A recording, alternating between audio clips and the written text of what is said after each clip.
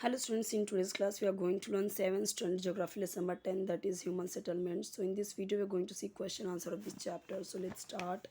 इसमें हम देखने वाले हैं इसका question answer. So question answer यहाँ पे इसके मैं आपको एक एक क्वेश्चन एक्सप्लेन करूँगी. ये इंपॉर्टेंट पॉइंट्स है और इसमें भी कई सारे क्वेश्चंस हैं. ओके, सो यहाँ पे देखिए अभी ये जो आपके टेक्स्ट बुक में दिया गया है उसी से रिलेटेड क्वेश्चंस हैं. सो इसका आप स्क्रीनशॉट ले सकते हैं और आपके हर एक सब्जेक्ट के वीडियोस अपलोडेड हैं, प्लेलिस्ट में चेक कर सकते हैं. हर एक सब्जेक्ट के वीडियोस मिल जाएंगे आपके स्टैंडर्ड के, और हर एक स्टैंडर्ड के 3rd to 12th स्टैंडर्ड तक के हर एक स्टैंडर्ड के हर एक चैप्टर्स के वीडियोस आपको मिल जाएंगे. ये इंपॉर्टेंट पॉइंट्स हैं. जो ओरल टेस्ट वाले क्वेश्चंस होते हैं लास्ट में, उनके आंसर्स आपको यहाँ से मिल जाएंगे.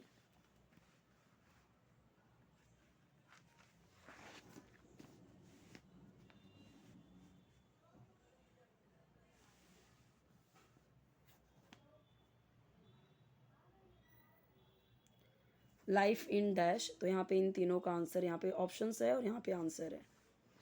और यहाँ पे देखिए ह्यूमन जो आइडेंटिफाई करना है types of human settlements from the following statements.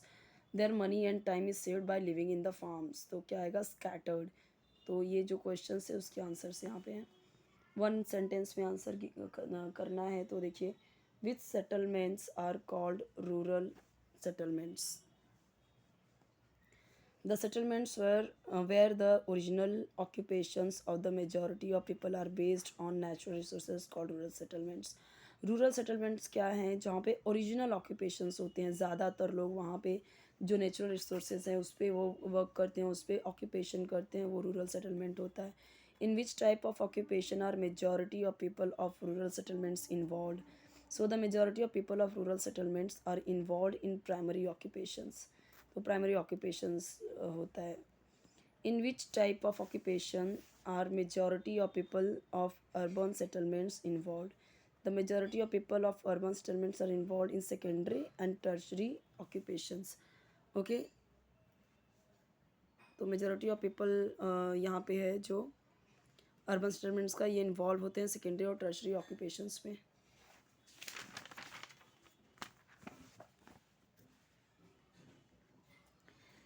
Which factors are responsible for transformation of rural settlements into urban settlements? The religious, historical, commercial, educational, administrative, tourism, etc. factors are responsible for transformation of rural settlements into urban settlements. तो ये सारी चीज़ें, religious, historical, ये सारी चीज़ें. Which factors are responsible for transformation of urban settlements into metropolitan cities?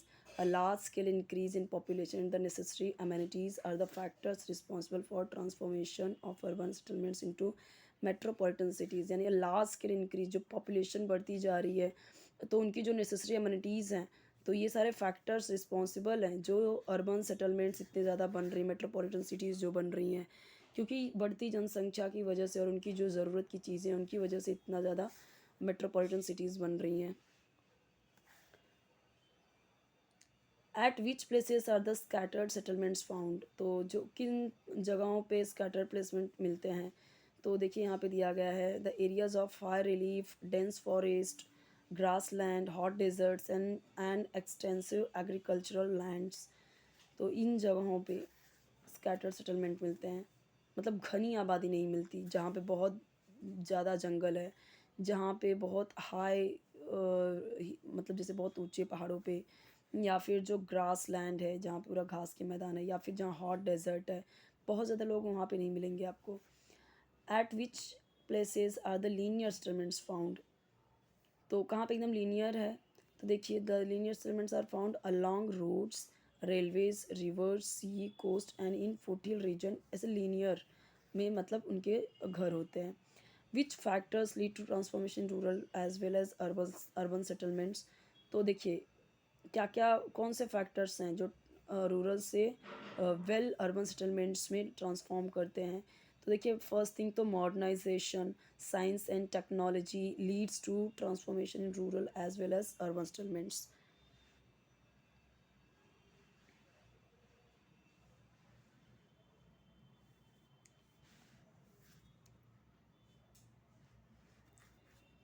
यहाँ पे दिया गया है various types of human settlements explain करना है। तो यहाँ पे 2 पॉइंट्स गिवन है।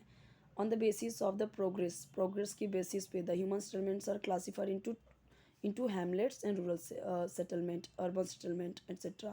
On the basis of the distribution, human settlements are classified into scattered settlements, nucleated settlements, and linear settlements. Differentiate between nucleated and scattered settlements. तो देखिए difference between nucleated settlements and scattered settlements are as follows. Point wise यहाँ पे दिया गया 3 points are given. The nucleated settlements houses are close to each other. ये जो nucleated settlement है बहुत एक दूसरे से करीब होते हैं। दूसरी तरफ अगर हम देखें in scattered settlements houses are away from each other, दूर दूर होते हैं, ज़्यादा नज़दीक नहीं होते, बहुत कम होते हैं। Social services are available in nucleated settlements. On the other hand social services are not much available in scattered settlement. जो दूर दूर घर हैं उसमें ज़्यादा चीज़ें अवेलेबल नहीं होती। The size of population in nucleated settlements is comparatively large. जब ज़्यादा ऐसे घर पास पास में हैं तो ज़्यादा लोग भी वहाँ हैं। On the other hand the size of population is in scattered settlement is comparatively limited. Natural factors affecting the location of human settlements, तो ये एक्सप्लेन करना है। तो देखिए यहाँ पे भी आपको 3 पॉइंट्स गिवन है। जो नेचुरल फैक्टर्स होते हैं जैसे यहाँ पे देखिए physiography, land, soil, climate, water supply, river banks et cetera affect the location of human settlements. Second है ह्यूमन सेटलमेंट्स गेट फ्लरिश्ड। जो ह्यूमन सेटलमेंट है वो फ्लरिश होते हैं at places with favourable geographical conditions like availability of water, a conductive climate, fertile land, ये सारी चीज़ें। Third है for example in the desert of Rajasthan we find nucleated settlements near assured sources of water. Explain how human settlements have evolve. तो अब यहाँ पे भी देखिए यहाँ पे 2 पॉइंट्स यहाँ पे गिवन है।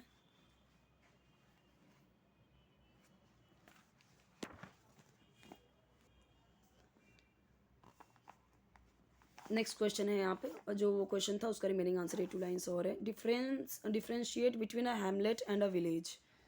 तो उसके बारे में आपको डिफरेंस बताना है, डिफरेंशिएट करना है कि हैमलेट और विलेज में क्या डिफरेंस है। तो देखिए फर्स्ट पॉइंट है size of population is extremely limited in Hamlet. Hamlet में क्या होता है कि हैमलेट में जो पॉपुलेशन होती है वो लिमिटेड होती है, बहुत कम होती है। ऑन द अदर हैंड जो पॉपुलेशन होती है विलेज की वो ज़्यादा होती है। Most of people living in Hamlet have same type of occupation. Hamlet में क्या होता है एक ही तरीके का सबका ऑक्यूपेशन होता है। For example people living in Adivasi pada, तो ट्राइबल हैमलेट है और ये लोग एंगेज्ड होते हैं किसमें, collecting forest produce for their livelihood. जंगल से चीज़ें इकट्ठे करते हैं जैसे हनी, फ्रूट्स एंड लकड़ी, कोई बाग हुआ, रबर हुआ, वो सारी चीज़ें वो इकट्ठे करते हैं जंगलों से।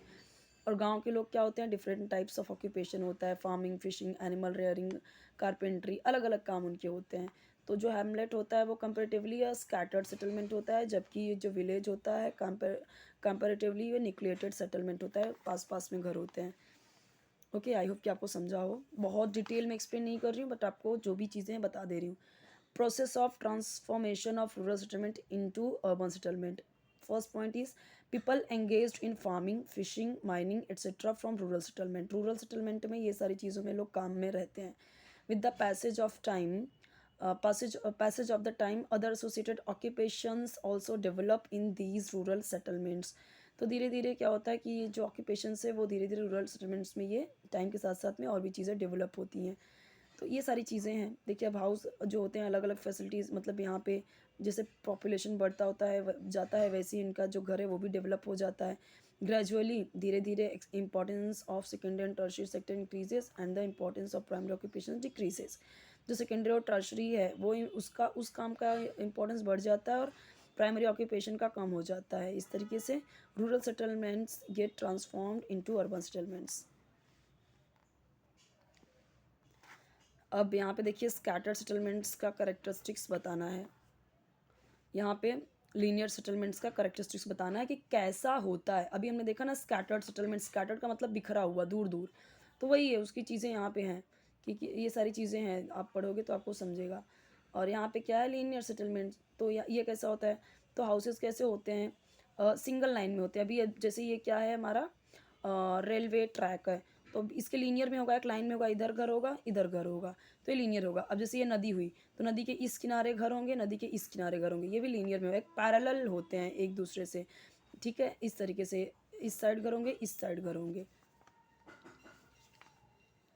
फॉर एग्जांपल देखो ऐसे सेटलमेंट्स जो होते हैं are found along the coastal tracts, coastal area जो होता है, मेजर रिवर्स जो बड़ी बड़ी नदियाँ होती हैं, नेशनल और स्टेट हाईवे जो कंट्री के होते हैं उसमें ऐसे घर देखने को मिल जाएंगे आपको, रोड के साइड साइड में घर जो बड़े बड़े रोड होते हैं।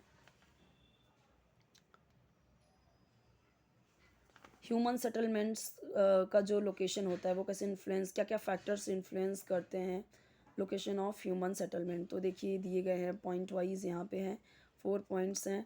दूसरा पॉइंट है यहाँ पे progress in construction of shelter, यहाँ पे भी पॉइंट वाइज है। इसका आगे का रिमेनिंग आंसर देखते हैं।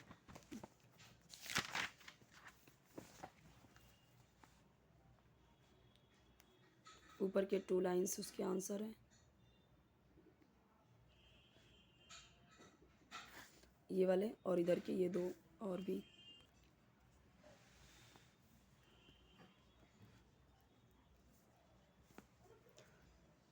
अब यहाँ पे देखिए explain the causes responsible for the development of nucleated settlement, explain the feature of nucleated settlement. अब ये 2 पॉइंट्स गिवन है, ज़रूरी नहीं कि आपको पूरा इतना लिखना है, थोड़ी थोड़ी चीज़ें आप कम कर सकते हैं। अब जैसे फॉर एग्जांपल में कई सारी चीज़ें दी गई तो कुछ चीज़ें आप कम कर सकते हैं, कई सारे पॉइंट्स हैं तो आप 2 पॉइंट्स ही लिख सकते हैं तब भी चलेगा।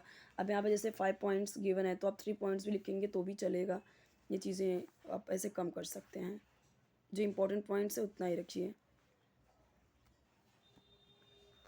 अभी यहाँ पे जो आपके पेज नंबर जो फिगर दिया गया है उससे रिलेटेड क्वेश्चंस हैं वो यहाँ पे देख सकते हैं।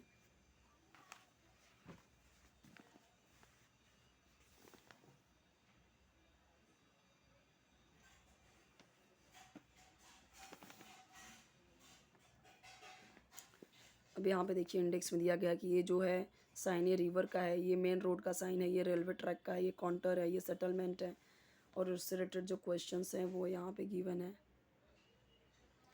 सो चैनल ज़रूर सब्सक्राइब कीजिए, वीडियो लाइक कीजिए, फ्रेंड्स के साथ ज़रूर शेयर कीजिए, और आपको कोई भी वीडियो चाहिए तो कमेंट सेक्शन में बताइए। और सारे ही सब्जेक्ट के वीडियोस अपलोडेड हैं, प्लेलिस्ट में चेक कर सकते हैं। बेल आइकन ज़रूर प्रेस कीजिए ताकि जब भी कोई न्यू वीडियो अपलोड करूँ आपके किसी सब्जेक्ट किसी भी चैप्टर का तो आपको उसका नोटिफिकेशन मिल सके, आप इजीली देख सको उसे। ओके, तो यहाँ पे ये ख़त्म होता है हमारा ये चैप्टर। सो अभी इसके बाद हमारा रहेगा chapter number 11 quantum apps and land forms, ये हम देखेंगे नेक्स्ट वीडियो में।